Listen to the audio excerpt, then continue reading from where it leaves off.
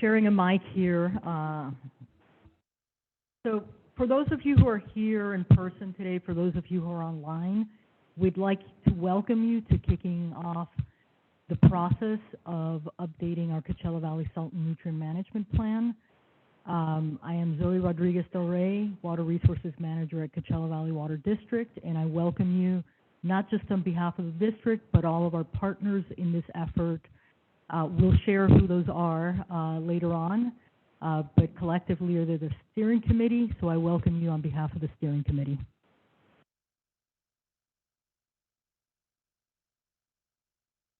Fly through of what are our goals for today. Really, it's an orientation to the Coachella Valley Salt and Nutrient Management Plan. You're going to hear us call it the CV-SNMP, probably from this point forward. We love a good acronym. So we're going to review all the fundamentals, the what, why, how, when, who's doing it. Then we're going to talk through a couple of ways that you can stay engaged, track the process, where to find information, and what's coming up next for us. And then any space we have at the end is just kind of open conversation. That's our plan. And we're going to start with a quick poll because we're curious who's joining us in the room and on Zoom. And we're trying this out. So if you want to play along, we set this up so folks can join both in the room and on Zoom using an app called Slido. I think you might be able to even scan the QR code from your seats there. Or you can go to slido.com and put in the number 998877 and respond to the poll. Carolina, I just popped the poll link in the chat for folks joining us on Zoom. So you should be able to click that directly and go there. And I'm going to monitor on the back end and see if I get some results coming in. Oh, excellent. It's working. I can't project it on the screen. It's too much toggling. But let us know. Are you a farmer? Are you with the golf industry? Are you community resident? Are you an industrial commercial water user, private domestic well user, tribe, tribal government organization, NGO, other government agency, academia, or other interested party? And you're welcome to share in the chat as well. Let's give this another 5 seconds or so. And I'm just going to verbally read off the responses. Oh, exciting. We have 25 folks who are playing along, 26. I'm very happy about this. Success, technological success. So we've got some farmers, some golf industry reps, no residents or domestic well users, a couple tribal representatives, a couple NGOs, half government agency reps, and quarter other interested party. Excellent. So a good spread. This also helps us to know moving forward who we need to make sure we're engaging with so that we're talking to all the right people and making sure everybody's getting the information. So, excellent. Thanks. Great to have you. I would now love my esteemed colleague Andy Malone to take over and tell you all about the CV-SNMP. Good morning, everybody. My name is Andy Malone. I am a geologist with a company called West Yost, and we will be leading the technical efforts involved in updating the salt and nutrient management plan. We have Megan as part of our team that is leading the stakeholder outreach and engagement efforts. And then, as Megan mentioned, we also have a policy advisor, Tess Dunham, who is online today, and so she'll be handling a lot of the policy, because as I'll discuss today, this is a regulatory requirement, and it is based on state policy. So we felt the need to have a policy advisor along the way too, for our help with the regional board, who is the main regulator that's requiring this.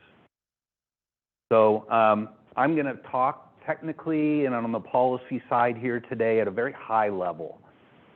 If you follow along in this process over the next couple of years, we will be diving into a lot of the details, and you'll learn a lot about how the groundwater basin works, how salt and nutrient loading works, how salts and nutrients accumulate in the groundwater basin, and so there will be a lot of learning that will go on over the next couple of years.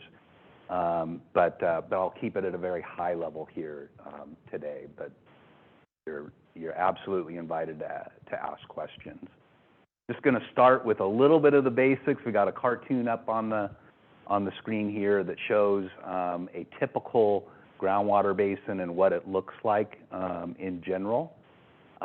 Here in the Coachella Valley, we are very fortunate to have a very large groundwater basin that pretty much exists everywhere across the valley floor, in between the bounding mountain fronts. And the aquifer system typically extends several hundreds of feet down from the ground surface to impermeable bedrock. It looks like it's a lake. It looks like the aquifer is a lake on this cartoon here, but it is not. What the groundwater basin is comprised of is sands and gravels and clays that have been washed out of the mountains and deposited on the valley floors to form the reservoir for groundwater to exist. So you can think of it as a giant sandbox. It's a very simplistic way of thinking about it, but when you pour water on the top of a sandbox, the water soaks into all the pore spaces and goes to the bottom of the sandbox. And that is typically how you can think of a groundwater basin, is that as the water soaks in, it fills up all those little tiny pore spaces in between the sand and gravel grains. And at the very top of that saturated zone, that's what we call the water table. And the way we access that groundwater is we drill holes in the ground, and then we construct a well in that hole, and that well has very small perforations that allow the water in the aquifer to flow into the well, and the well has a pump, and it pumps that water to the ground surface for use, for drinking water, for irrigation. Virtually all the drinking water in the Coachella Valley comes from this aquifer system, and a lot of the water that's used for irrigating golf courses, irrigating agriculture, is also comes from the ground.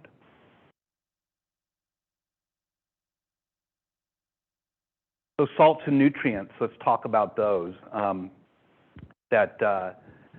These are dissolved constituents. Water is the universal solvent. Given enough time, it'll dissolve just about anything. So there is always naturally occurring salts and nutrients that are dissolved in groundwater. But human activities can also add salts and nutrients to the groundwater. So when we irrigate and fertilize, some of the salts and nutrients in that irrigation water and in the fertilizers, they can migrate through the unsaturated zone down into the groundwater basin. When we reuse recycled water on the ground surface, recycled water is typically a little saltier than native rainwater, and so it can add salts to the groundwater basin. When we dispose of wastewater at percolation ponds or in septic systems, that water is fairly salty and can migrate into the groundwater basin. The second to last bullet up here, imported water, is an important one here in the Coachella Valley. We import Colorado River water, and we recharge it at groundwater replenishment facilities across the basin. And the reason why we do that is to sustain the groundwater basin as a renewable resource that can be used in perpetuity. So it's a very important source of water, but it also contains salts and some nutrients as well. And so we have to be concerned about that source of loading to the groundwater basin as well. This cartoon up here is a little more realistic in what a groundwater basin looks like. And so what you can see there are These recharge basins on the land surface, you can think of those as our groundwater replenishment facilities where we're artificially recharging water, and it's migrating through the vadose zone. That's a term that's sometimes used for the shallow unsaturated zone, and it migrates downward and eventually recharging the saturated zone or the aquifer. And then also on the land surface, you have different uses of water that can also, a portion of that water can migrate through the unsaturated zone into the saturated zone. And then you see the well and the well screens and how water can be pumped out from different depths within the aquifer system. The aquifer system, again, is even more complex than we're showing it up here with the clays, with the clay layers in brown, and then the sands and gravels are really where most of the water is produced by the well. So some salts are okay. Too much high concentration of salts and nutrients can impair the uses of the water for irrigation or for drinking. And so what we do in the state of California is we establish limits on how much is an acceptable concentration for salts and nutrients. In groundwater basins, we call those water quality objectives. And so that is going to be one of the main tasks that we're going to be doing in this salt and nutrient management plan, is figuring out what the appropriate limits are, and so hence the water quality objectives for salts and nutrients. We already have a nutrient limit. It is 10 milligrams per liter for nitrate. The main water quality objective that we'll be working on is for the salinity objective.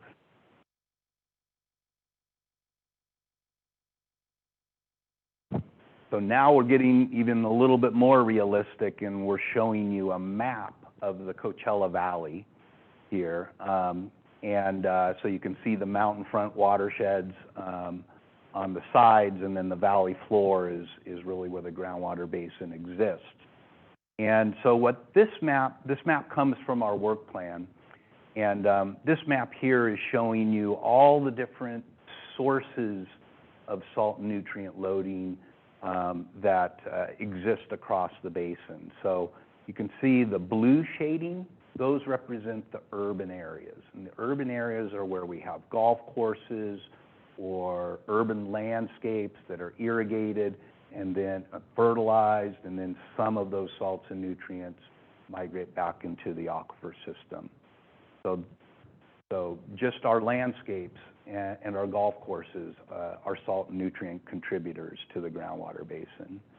In the southern end of the basin, the green shading are where the agricultural areas are, and of course, that's where a lot of irrigation occurs too, and you can have return flows to the aquifer system from that irrigation source.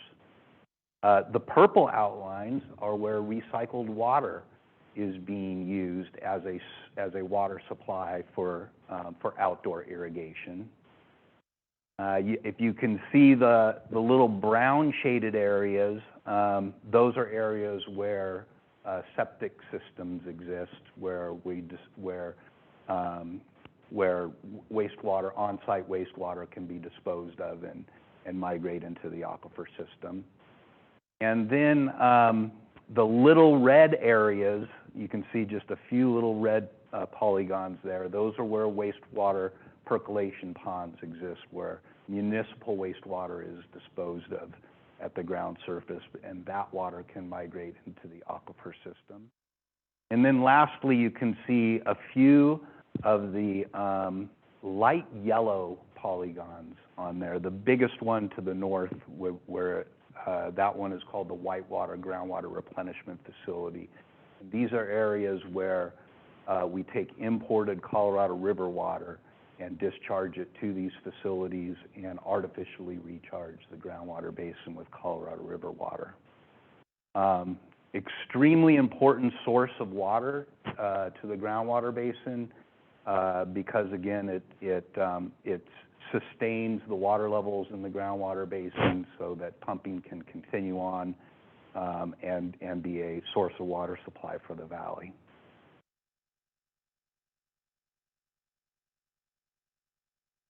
Okay, so talked a little bit about the groundwater basin and salt and nutrient loading. I'm going to switch here to policy and why we're being required to prepare this plan in the first place. The state of California has a policy called the Recycled Water Policy. And the policy is really encouraging the use of recycled water. We live in a semi-arid to an arid environment.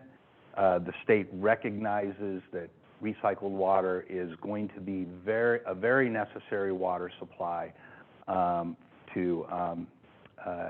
order to continue to serve water and to grow as a state. So it encourages the use of recycled water, but it also recognizes that recycled water has already been used once. It contains a higher concentration of salts and nutrients, and so there's a concern about accumulating those salts and nutrients in groundwater basins because of the use of recycled water. So the recycled water policy recognized that there are a lot of groundwater basins out in the state of California that are struggling with salt and nutrient accumulations or may struggle with it in the future. It recognizes that recycled water is one source of salt and nutrient loading, but there are many other sources of salt and nutrient loading too. And it is requiring certain basins throughout California to develop salt and nutrient. Not only control the salt and nutrient loading from recycled water, but all sources of salt and nutrient loading in a more of a holistic way.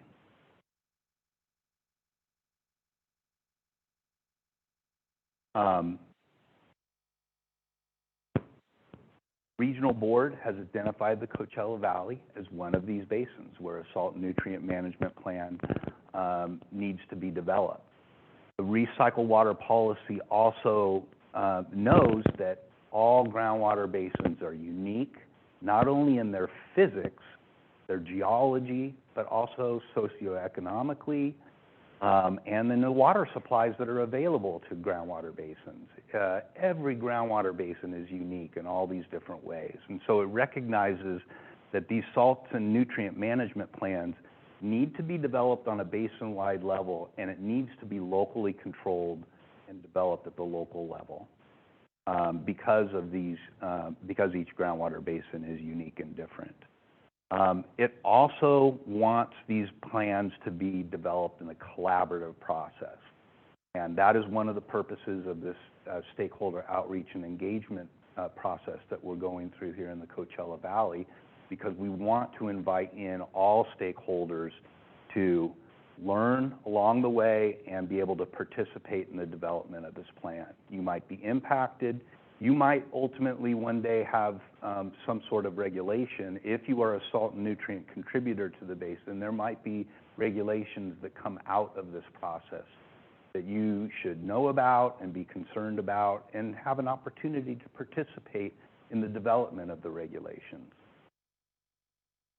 So the last bullet on here, the bolded text there says, implementation measures, that there may be implementation measures that result out of the development of this salt nutrient management plan. And think of an implementation measure as a project or a groundwater management action that is designed to control the salt and nutrient loading so that the groundwater basin maintains its beneficial use in the long run. And so salt and nutrient management plans at the end of the day may contain recommendations for these certain projects and management actions going forward.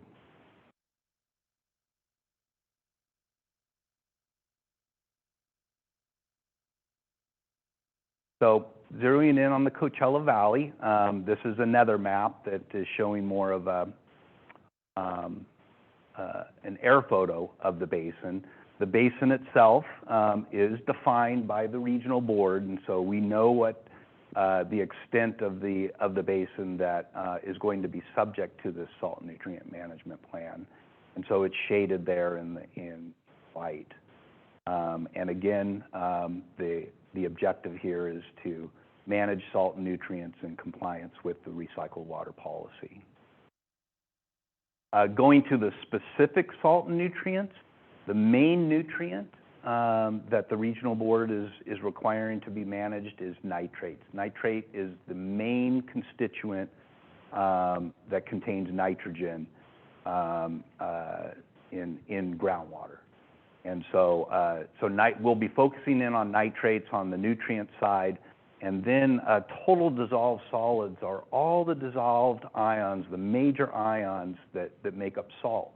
So that will be calcium, sodium, magnesium, sulfate, chloride, fluoride. These are some of the main constituents that together, you sum them all up together, and we call them total dissolved solids, or TDS for short. So a lot of times when you come to these presentations in the future, or you're reading through the technical memoranda that we will be developing, you'll hear the term TDS, so that's salinity, or total dissolved solids, and then sometimes we'll just call it N, or nitrate.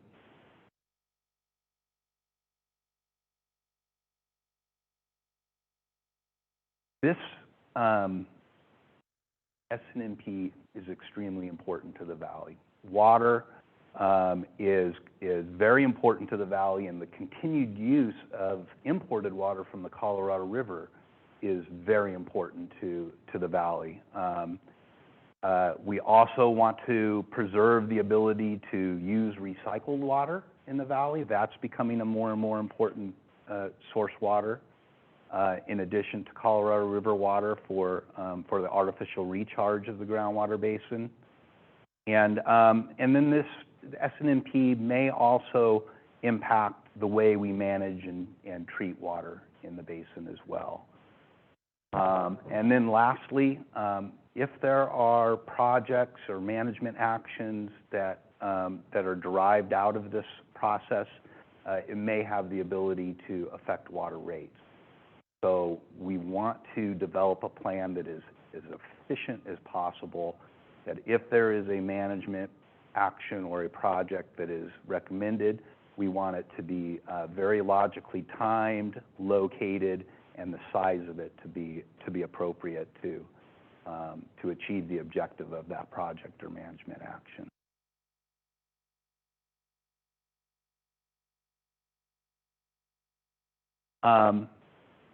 Again, we want to develop a plan that makes sense for the community. The groundwater basin is unique, the community is unique, the water supplies that are available to us are unique, so this management plan needs to be developed in a way that makes sense for the community. Again, we want to preserve the affordable use of water in the Coachella Valley for all beneficial users and uses. And then, obviously, the main objective, especially from the regulator's standpoint, is to preserve the beneficial uses of the groundwater basin from a quality perspective for future generations.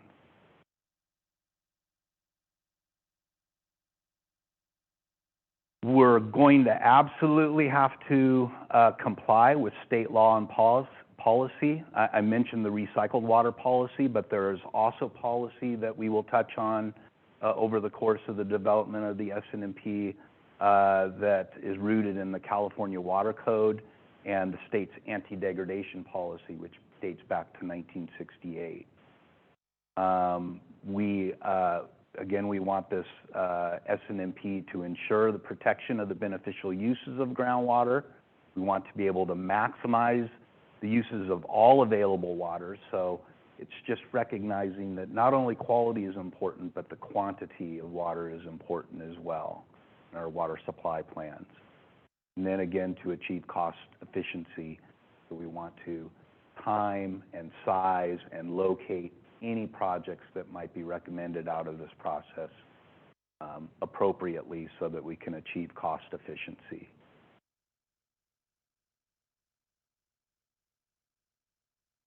So I think that's it. Are there any questions in the room or online on anything that I've covered from a technical or a policy standpoint now? I don't see any comments Okay. online, but we are trying to figure out at least one person on Zoom is only seeing a small box. So I think I accidentally just messaged everyone. But if you're only seeing the small box spotlighted, we're trying to figure that out for you. In the meantime, while folks are thinking about questions, we have a new poll. Same poll link, I just activated it. Same poll QR code, it might be already on your phone or online. But we're curious for you all. What's your biggest concern related to managing salts and nutrients in our water? We gave you a couple of options. If it's not there, welcome to use the chat and put other, or raise your hand in the room and let us know. But is it the possibility of degraded water quality or possibility of increased costs? I just lost my slide. Possibility of increased cost to my water bill. Not enough people are involved or concerned or represented here, or you just have general concerns about the environment, the ecosystem, or something else. So let's see. We've got at least half the folks.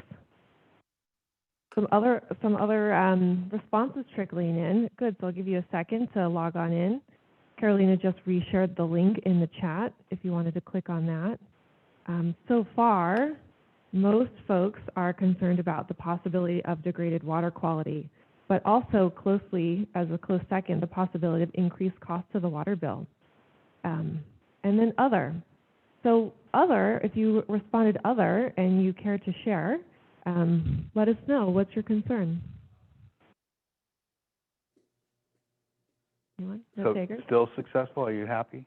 I'm still, this is very successful. More responses are coming in. I'm going to keep this poll live. Great, and I think we got the visual issue worked out for good. folks on Zoom. Okay, I think we can return back to our PowerPoint. Okay. If you don't mind, Yolanda, on Zoom. I mentioned a work plan, and we have a work plan that is going to be our roadmap for how we update the SNMP. Zoe at the very beginning mentioned that we are updating the SOP. I've been using the term develop an SOP, but really what it is an update of a previous effort that occurred in 2015, where an SMP was developed, submitted to the regional board, and the regional board had a number of comments and recommendations for revisions and improvements to the SNMP. And so it came back to the water and wastewater agencies, and they developed this work plan. And they developed it in collaboration with the regional board, and the regional board has approved this work plan. And so the work plan will be the roadmap, and Megan will show you where the work plan exists on the website towards the end of this presentation. So the work plan is our guide for complying with the recycled water policy and the regional board's recommendations. It includes a groundwater monitoring program. The work plan described the monitoring program and gaps in the monitoring program that the agencies are filling as we speak. And so the monitoring program is in progress and is collecting data. And then it contains this technical scope of work to update the SNMP. And again, one of our major objectives here is to develop water quality objectives for total dissolved solids in the groundwater basin.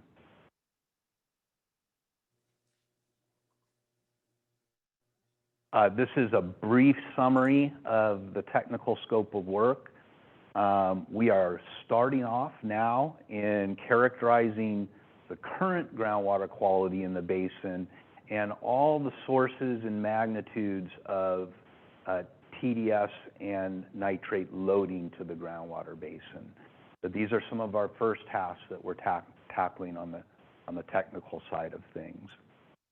We will then go into a process of identifying the appropriate concentrations for salts and nutrients that would be protective of the beneficial uses in the basin. We are also going to be developing forecasting tools. These are computer simulation tools of the groundwater basin and its water quality. And so we'll be using these tools to evaluate the current plans of all the water agencies and water users in the basin, and seeing what we think is going to happen to salt and nutrient concentration in the groundwater basin over time. And based on those results, we will do additional forecasting to explore different management alternatives to control salt and nutrient loading if that's necessary. So, so that's the third part of it. And then the last part of it is to use all of this information, the monitoring information, the forecasting information, and the evaluation of all these various water supply plan alternatives to develop the salt and nutrient management. That salt and nutrient management plan may be taken by the regional board and then included in the regional board's main regulatory document that they call the basin plan. It's the water quality control plan for the Coachella Valley. So that's generally the process technically that we'll be endeavoring to achieve. It is going to be a multi-year process. We're expecting to be complete with this process by 2027. And it's going to occur in this stepwise process. If you go into the work plan, you'll see all these tasks laid out, and they generally follow what I just described, these early tasks to characterize groundwater quality and to characterize TDS and nitrate loading to the groundwater basin, establishing limits of beneficial use protection, developing the forecasting tools, using the forecasting tools to evaluate the future of groundwater quality in the basin, and then using all that information to develop the plan. For each one of these tasks, there will be a task memorandum that will be developed and published in draft format, and we will be asking for public comment for each one of these task memoranda. So there is an opportunity to stay involved, incrementally be able to have input along the way, and help the group achieve its objectives of getting a salt and nutrient management plan that is accepted by the regional board, and hopefully all stakeholders in the basin without dissent.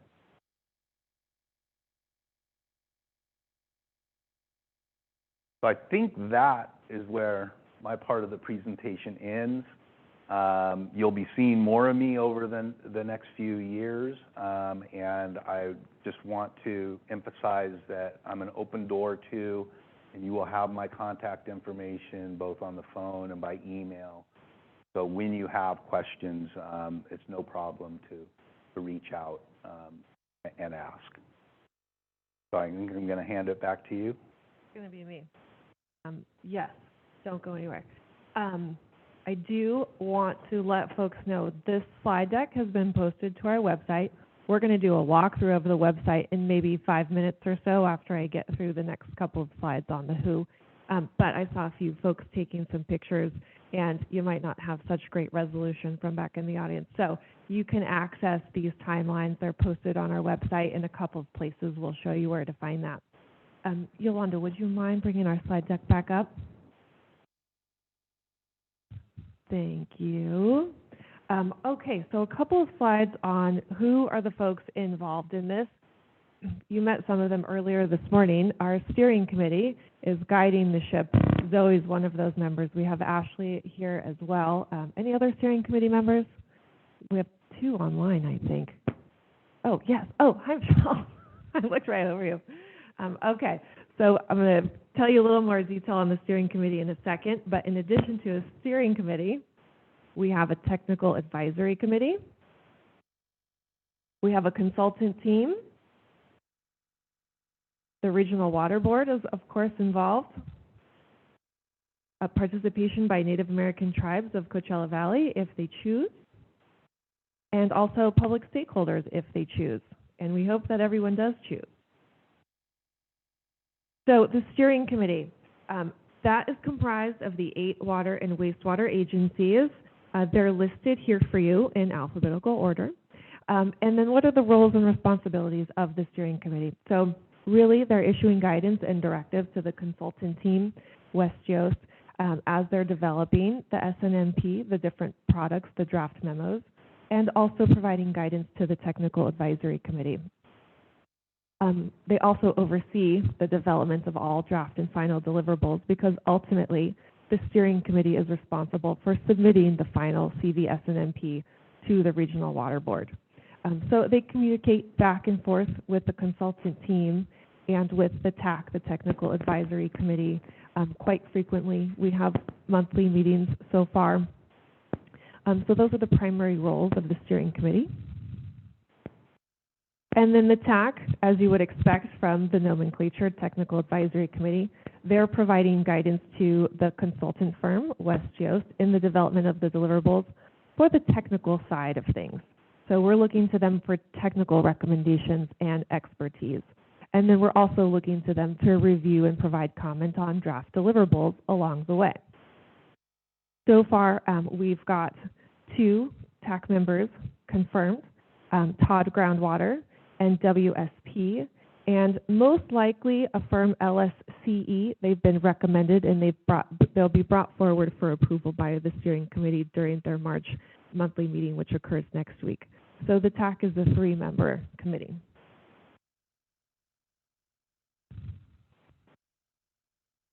Okay, next. Oh, I've got a lag. My goodness. Sorry about that. Okay, consultant team, you met us. West Yost, Tess, who's online, she's legal and policy. I'm outreach and communications. So we're responsible for preparing draft and final deliverables, ensuring that the plan satisfies the requirements of all state and local policies, most especially recycled water policy, and to engage you all, the community, in a plan that's locally developed, locally driven. Okay, and regional board. So the regional board we're working closely with as well. They're invited to attend public workshops, observe TAC meetings, and select steering committee meetings to provide insights and suggestions because we want to make sure that we're working with them along the way. We're hoping to have quarterly check-in meetings with them and the consultant team as necessary as needed along the way. Again, just to do some ground truthing, pulse checking, making sure we're engaged along the way because their review is going to be critical. If there is any changes to the scope of work and the work plan, that approval needs to come from the regional board. And then ultimately, the Regional Water Board staff will recommend approval of the CV-SNMP by the Regional Water Quality Control Board, Colorado. Okay, and then tribes. There's 5 tribes in Coachella Valley, and the roles and responsibilities, if they like, is to attend public workshops like this, public meetings. Also, we can set up meetings for them individually as well if they would like. We're inviting them to provide critical review and feedback on our memos, on our draft and final deliverables. And then, of course, if desired, ability to request formal AB 52 consultation, and then also later participate in the CV-SNMP monitoring program. And public stakeholders. So we're thinking, here's a nice list of folks who might be interested in this. It's not limited to this, but golf course industry, ag users, industrial dischargers, municipalities, residents, NGOs, DACs, environmental users of groundwater and surface water, land use planning agencies, other jurisdictions. Similar roles and responsibilities. So if they're interested, if you all are interested, continue to attend these public workshops. They're not going to be too often, maybe once a year or so, or once every 9 months. Invite you all to provide that review, feedback, draft and final deliverables again, and then let us know how we can best communicate with you, share information, and then receive information from you. So two-way communication street there. And that's a perfect segue for myself. How are we going to do that?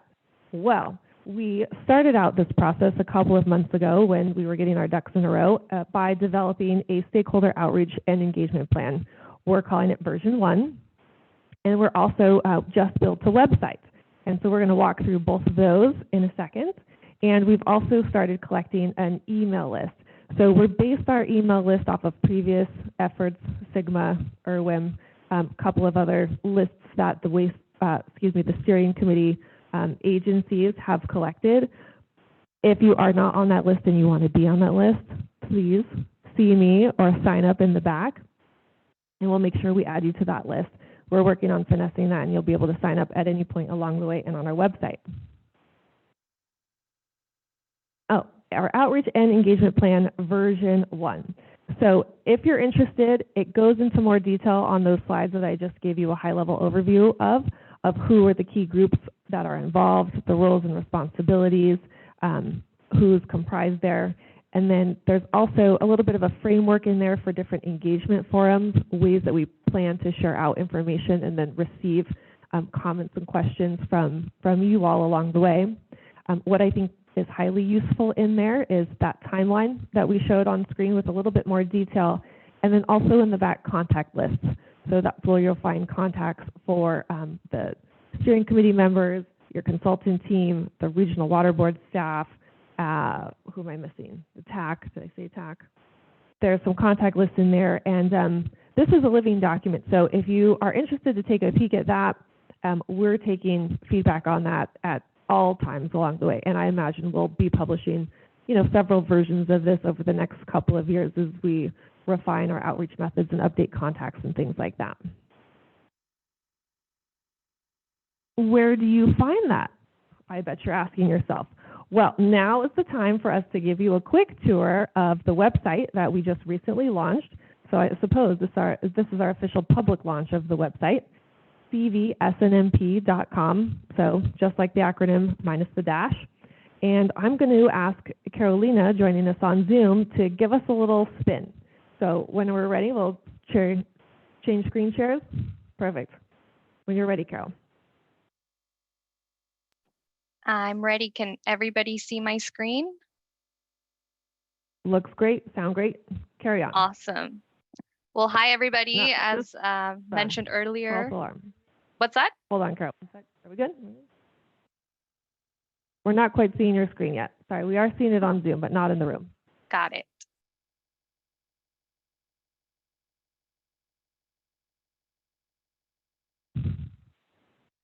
Okay, now we're ready. Go for it. Thank you. Awesome. Well, my name is Carolina Sanchez, and I am part of West Houston, the consultant team. And I'm just giving you an overview of our website. It's CV-SNMP.com, as you can see at the very top. This here is our homepage where we have an overview of what we're doing, who we are, and how you can learn more. There are many links throughout our website. Some of them you can tell are different color because I've clicked on them. Here is one location where you can find our stakeholder and outreach plan under Learn More in our homepage. At the very bottom, we have news and updates. So anything that will be coming out for the community, will provide an update here. So for example, right now we have information about this workshop today. We also have our About page. And this just really walks you through some of the information that we went through today. What is an SNMP? What specifically is the Coachella Valley SNMP? Why are we updating it? And then a schedule. We have a public meetings tab, and it has all of the information for the meeting. So right now we only have this one meeting, community workshop number 1. We have the agenda, the PowerPoint slide deck. Here you can also find the stakeholder and outreach framework. And then we had the flyers that were sent out as part of this effort. So as new meetings occur, this will be updated and you will find all the information here, and we'll keep the information from prior meetings on there. We have a resources tab. Here is where you can find relevant information and resources related to the CV-SNMP. Again, some examples, we have the stakeholder engagement framework here. We have the work plan that was discussed today, and many other documents that you can go in and read on to get involved in learning about the CV-SNMP. This is a living part of the website as well. So as you can tell, the first bullet here is CV-SNMP update technical memorandums. So as we prepare work products, they will be added to the website here so that you can access them. And last but not least, we have our contact page. It lists all of the agencies from the steering committee. If you these are actually all links, and they go to their contact pages. And we also have an email, cv-snmp@westios.com. And you can reach us at any time. We check this email all the time. And yeah, feel free to reach out when you have any questions. Just make sure to give us your contact information so that we can make sure to reach out to you as quickly as possible. And that's it. Also, can you scroll down though on that page quickly? There is a comment form there as well. So if for some reason that's easiest and most accessible, welcome to use the comment form there, or you're welcome to use that direct email. I'm going to pull it up on screen in a second. So there's that, and then all of the contact information is also found in the appendix in the stakeholder outreach and engagement plan. It's plastered a bunch of places, and most likely you're here because you got an email from me, so you have my email as well.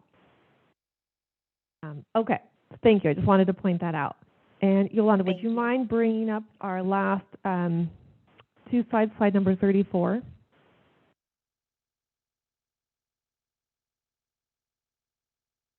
I can. There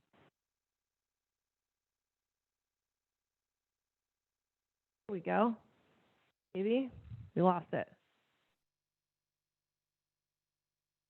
Okay, so what's coming up next? So for us, we're going to kick off the technical work with the technical advisory committee and the steering committee. So we're going to get moving on those deliverables. And then for you all, so we're interested in your comments really at any time. We want to know what you want to hear about, what you want to talk about, what concerns you, what are some topics you would be interested to discuss at future community workshops. And we're just asking, if you like, please stay informed. And here's just a refresh of those few ways where you can reach out to us and stay connected. So there's the email, cv-snmp@westios.com, our website, of course, the email listserv, and then just asking, attend future workshops where those little yellow milestone stamps were on that timeline. And then later, review and comment on draft deliverables. So, you won't be hearing anything major from us for a few months from now since we're just getting started, but just, keep an ear to the ground. And on that note, my final exciting poll for you all today, how would you prefer to receive news and information about the CV-SNMP? So same QR code. If you like, go to slido.com, use 998877. And let us know, because we want to get in touch with you, how you like to be gotten in touch with. So website, is that the easiest for you? Do you like emails? Social media, if that's really useful and important, we'd be happy to build out that presence. Flyers or fact sheets, a phone chat. Do you like the in-person meetings and workshops? Text or other? Let us know. Give us some ideas. All of the above. I keep forgetting to put an option in there for all of the above. So next poll, but you should be able to select multiple choice. So let's see. The responses are trickling in.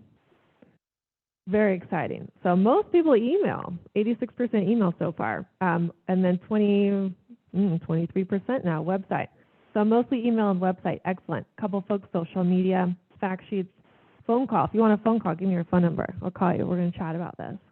In person, good, great, excellent. So as we move on, you know, if you're not getting the information you need in the way that you want to receive the information, let us know, because we do want to be sharing it timely and effectively and accurately. So for now, that's what we got for you today. We have use of our space here until 11:30, and we would be more than happy to answer any questions, hear any comments, hear from you. What should we bring up in future conversations? Anything you would like us to try to answer now. And I just extend my thanks. You've done a fabulous job and technologically great. Thank you. Excellent. My name is Marcus Buchanan. I work for a client in the Valley. I was recently brought into the entire process, specifically the farm plan process. And I'm wondering how that links to the larger water quality and water quantity programs and needs in the Valley.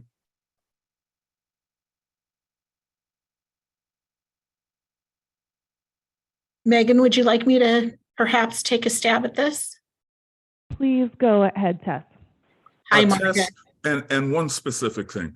I don't know how many others, in this case, it's a specialty grower, a nursery plant grower, and I had to kind of work quickly to get the parameters that we needed for submitting that farm plan to MJ Environmental. So if you could comment, please. Hi, Marcus. Yes, my name is Tess Denham, and I'm with Consories in Conway. And I remember your name. I've been working with Region 3 since 2004. Thank you, Marcus. I appreciate that. And so let me see if I can help out a little bit here. So, you know, obviously you have in the Colorado River and the Coachella Valley, you have the newly adopted waste discharge requirements for irrigated ag, right? Which is your Yes.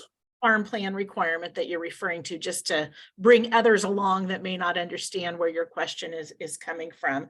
And you have a coalition in the Coachella Valley that's helping the individual growers to comply with the requirements in the newly adopted waste discharge requirements. The consultant that's assisting the coalition is MLJ Environmental, who I believe there's a representative from MLJ Environmental on the call today as well. I think that process for your farm plan and what you're required to do under the waste discharge requirements, it stays as it is currently.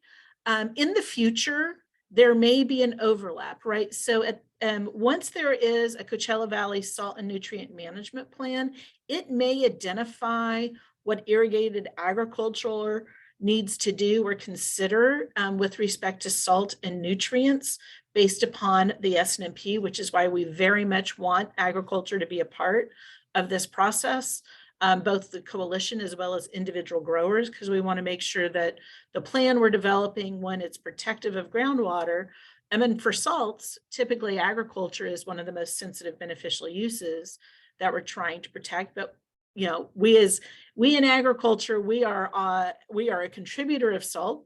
It's just a factor of growing a crop, as well as the beneficiary as the agricultural use. So we're kind of on both sides of the equation.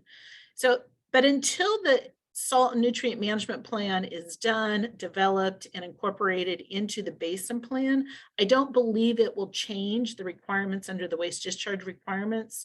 And that's several years down the road. So I would continue to implement the waste discharge requirements in the farm plan as it currently exists, but please continue to participate so we can make sure we get input from growers and irrigated agriculture as we go forward and develop the SNMP and the implementation plan, so we can make sure the implementation plan is consistent with the waste discharge requirements that you're all implementing as well. I don't know if that helps. If it's okay, just one further question. Absolutely. In the process of trying to understand various agricultural issues in the Valley, one of the things I needed to discern, and I was at the last grower meeting with coalition leaders, I was trying to determine how many groundwater sampling stations there currently were in the Valley, and there appeared to be very few. Is there a sense that there will be an expansion of that program? I will defer to Mr. Malone or Ms. Sanchez for that question. Do not know the answer to that. Across the basin, it is spatially and vertically distributed, and there is a map and tables in the work plan you can find on our website that describes the monitoring program. And there were a number of gaps that were identified in the monitoring program, and so there has been significant progress that's been made at filling those gaps through the construction of new monitoring wells or the identification of existing wells that could serve as monitoring points. So I would direct you to that monitoring plan may evolve over time as new wells are discovered or current wells are lost. So you can expect that to occur too, but I would point you there. And this would all be connected to a trend analysis program, yes?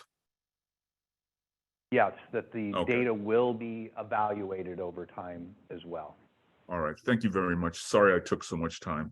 No problem. And I think, Marcus, though, I think that just to clarify, there is in the waste discharge requirements for irrigated ag in the Coachella Valley, I believe there's a separate groundwater trend monitoring requirement that's separate and apart from the monitoring that's being done for the SNMP, but there is definitely an overlap. I know that the Coachella Valley Water District and I believe the Ag Coalition are working collectively to make sure that we're utilizing, existing information for both programs. But I just want to make sure that there's a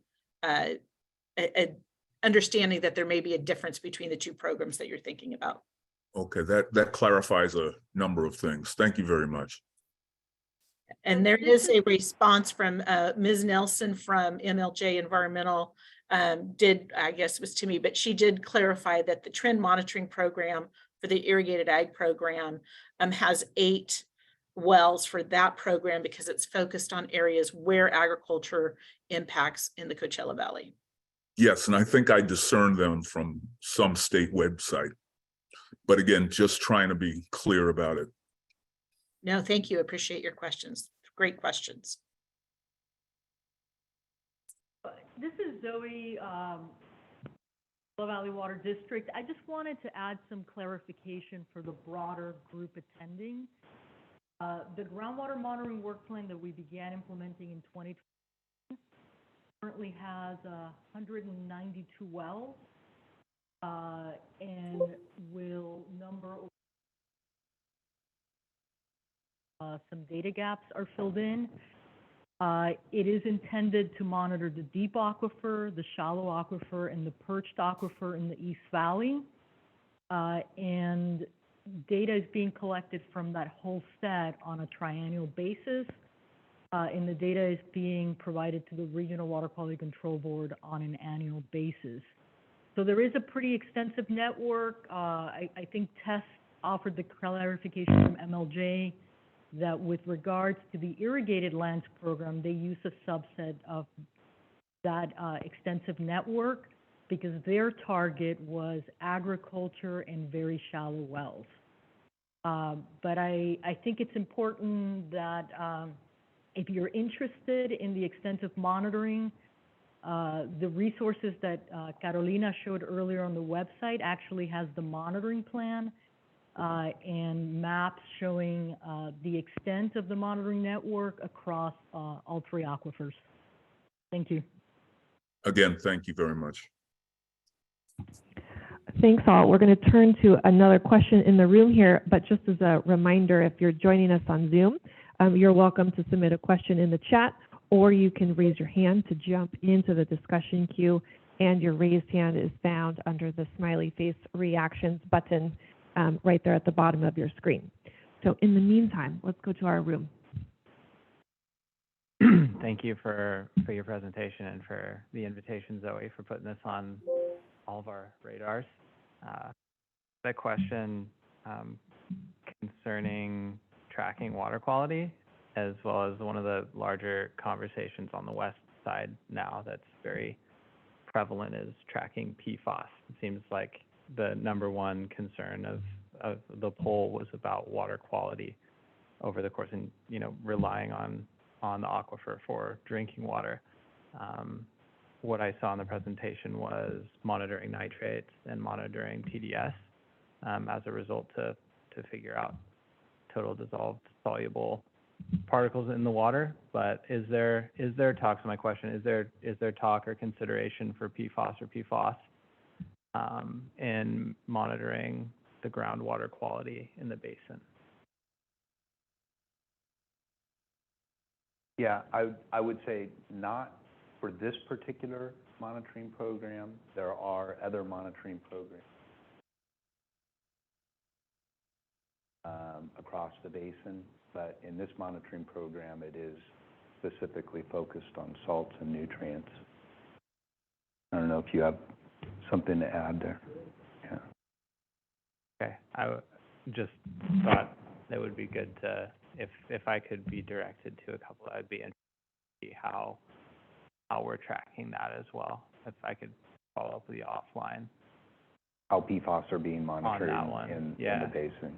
I think the biggest concern, I could have mentioned this earlier, the biggest concern that I have from an agricultural perspective of the water monitoring is what has happened in the Central Valley with agriculture, where we have to put in filtration stations before we irrigate crops from groundwater because the nitrates are so high that we can burn, orchards, where it's kind of unsafe to drink the groundwater in certain areas there. And I think we're in a really good position to monitor that and make sure that the Coachella Valley's basin doesn't ever reach that point. Yeah.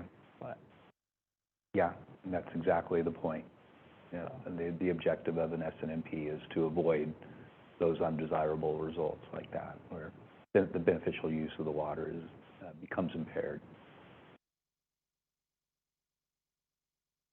Andy, I would just add that for the individual, if they have an interest as far as what the State Division of Drinking Water is doing with respect to PFAS requirements, there is a link on the State Water Board's website, and they have a section for all the activities related to PFAS that might be helpful to the individual as well. There's a fair amount going on at the state level and the federal level with respect to drinking water standards and monitoring requirements for those constituents.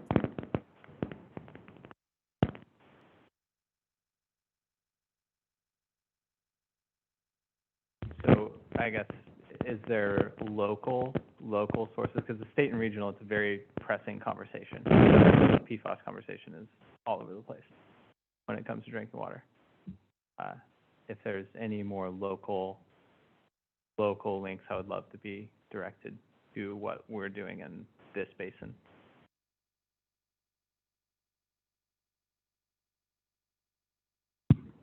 Steve Bigley, Coachella Valley Water District. Yeah, we've been doing PFAS monitoring in various stages as part of the EPA's Unregulated Contaminant Monitoring Rule number 3. Water systems had to do compliance monitoring to look for PFAS compounds. The list of PFAS compounds we're looking for is growing over time. We did additional monitoring in 2019 that was targeted for specific vulnerabilities, and fortunately we haven't detected any to date, but the list is ever expanding and the detection levels can continue to go lower and lower. So we'll continue to perform additional monitoring. Currently, there is an additional monitoring order that the state has issued for about 1,300 water systems. We were not one of those because of the lower vulnerability that we have. But I suspect with EPA's proposed regulation that just hit the streets last week, that we will be doing additional monitoring in the future, and we look forward to the opportunity to take additional looks at our water basin, especially as the analytical methods improve for looking at an expanded list of PFAS. And good, UCMR 5, Unregulated Contaminant Monitoring Rule 5, has begun, and that is almost exclusively dedicated to PFAS compounds. So we are scheduled to do that monitoring beginning in 2024 and 2025. And so we will be performing that monitoring on the representative wells, and other water systems within the Coachella Valley will also have some of those requirements.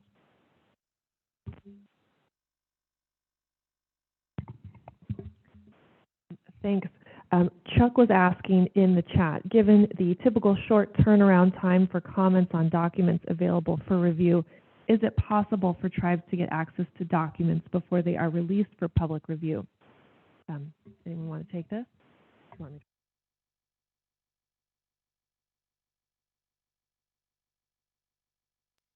I think we can try to consider that. We have a schedule that we're going to try to keep to, but we will continually look for ways to accelerate the public review. But the schedule, it's not.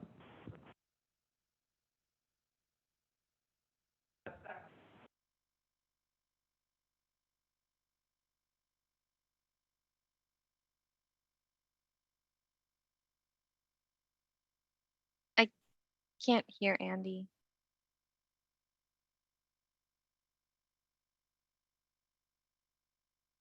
Sorry, we're going to give that response another try once we get our mic situation sorted out.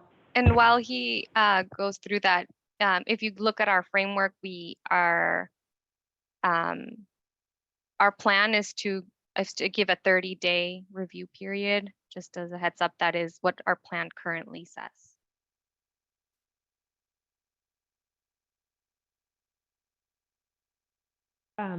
And one of the other things that we'll endeavor to do is give folks a heads up when we expect things to be released. So we might be a little bit broad at first, like in the coming month or 2 months, please expect to see a draft memo on topic X. And then as we get closer to the date, we'll let folks know, that we plan to release this on Friday. Just so, we're being communicative and we can share some of that timeline, those expectations with you all, and stick to at least a 30-day public review period. Zoe.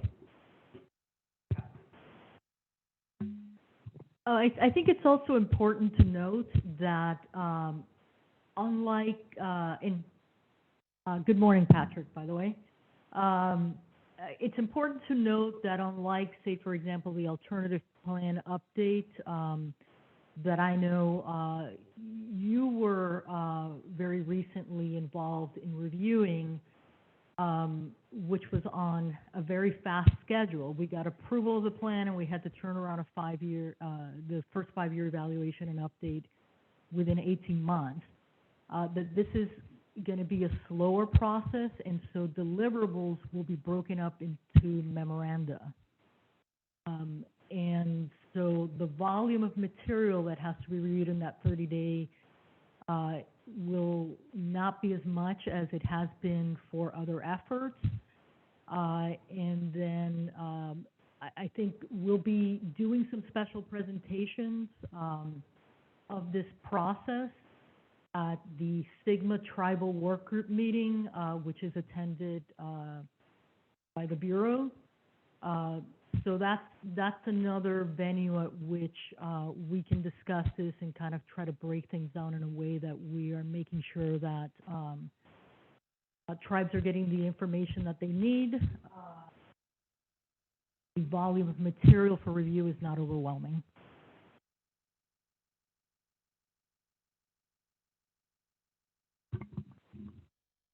I hope our mic was active for most of that. Okay, okay, good. I see Tess shaking her head.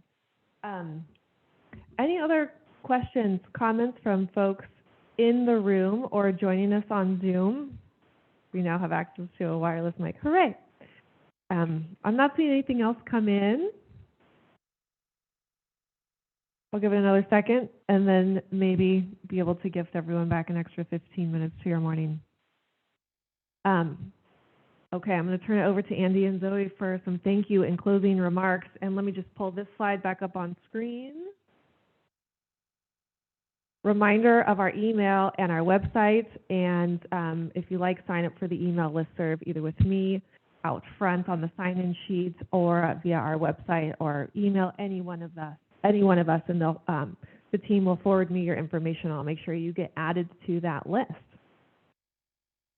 Okay, can I turn it over to my colleagues here for Sure. closing Just remarks? want to thank everybody for attending, both in person and online. And we look forward to the process and seeing you soon.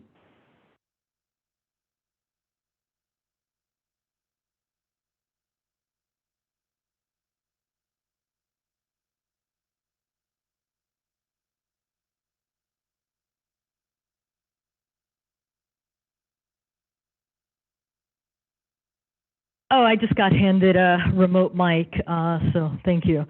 As I was saying, on behalf of the district and the steering committee, thank you very much for attending today. Hopefully we've gotten the message across that the update of this plan is very important to water resources management in the Coachella Valley. We encourage you to stay involved, and we encourage you to share the word so that as we start having technical meetings in presenting technical information and moving along this process, that your voice is heard, that your concerns are heard, and that you are aware of how this process could impact every one of us or help us to continue to sustainably manage water resources in the valley. So please share the word, stay engaged, and I really appreciate your participation today.